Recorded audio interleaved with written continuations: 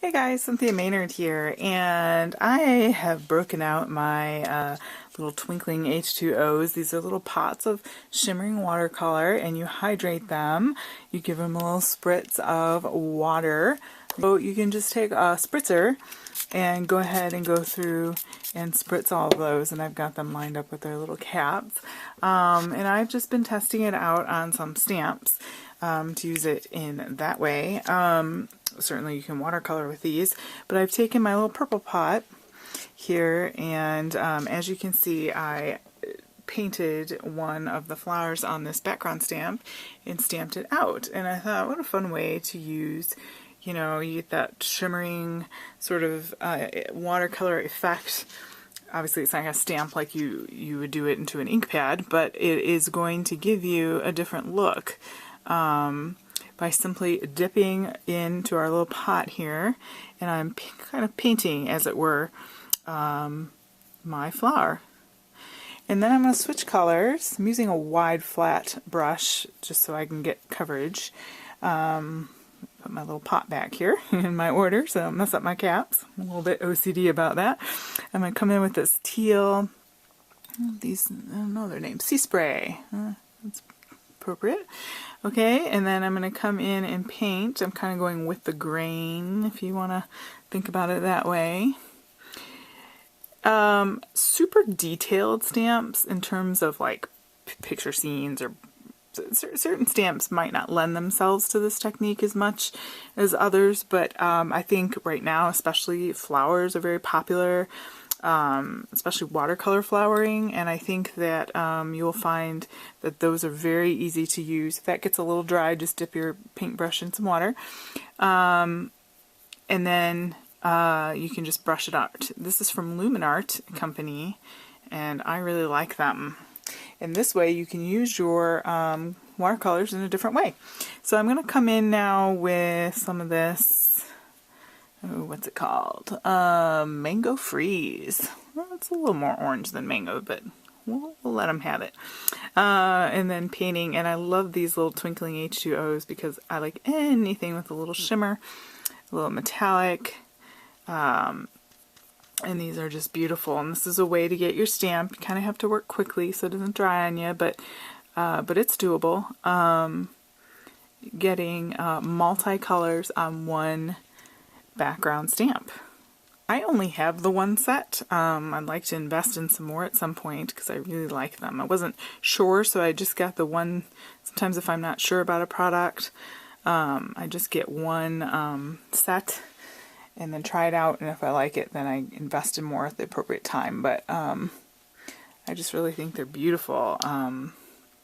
This pink here is Just Peachy. Wow. I'm not sure if they quite named them appropriately, in my humble opinion.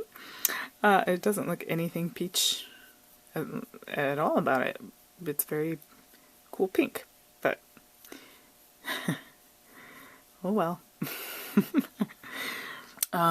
Just on this space here, we're over here now, and you're not too tilted, and I'm just going to put it straight down so I don't smudge.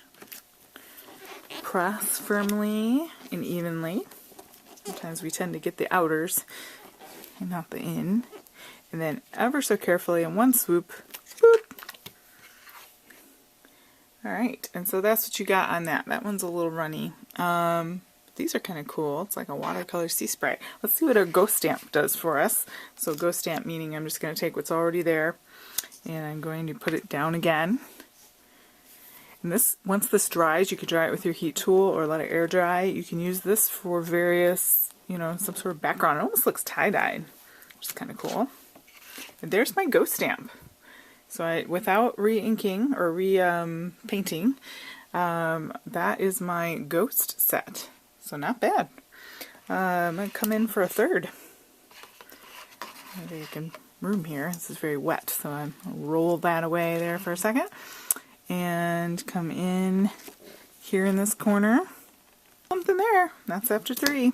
So just a fun way to use your Twinkling H2Os or any watercolors you have for that matter. There are other brands and other things, but it's kind of fun. I'm gonna let that dry. And then maybe I'll use that for some backgrounds or watercolor on top of that once it's dry. Then it won't smudge. And see what we can do with that. Alright guys, there's a little quick tip for using your supplies. I think it's important once we buy supplies to make sure we're using them, trying, experimenting, and making sure that you get the most out of your money. So think out of the box in terms of how you want to use your colors. These watercolors, we do watercoloring, which is great too, and you can see that beautiful sort of sheen that these twinkling H2Os really give. Hopefully you can pick that up. And then I've layered some colors on top. I did like the teal pot there. And then later when it was dry, I went back in with the green one and gave it some layering effect so that there's some depth. And I particularly like, I think these set the best, but I was just playing around. I really didn't have a goal, but other than playing, sometimes that is the goal, right? Just trying things out. So there's some different ways. You can watercolor with them, or you can use them with your stamps and get like a totally different effect. And I think that's fun. But anyway, quick tip for you there. Go ahead, if that helped you out, to give a thumbs up to this video and subscribe to my channel. That'll help me out a lot. Thank you so much for that. And get out some of your products that maybe you have in the back corner and have another go at them. All right, guys, thanks. Have a great day.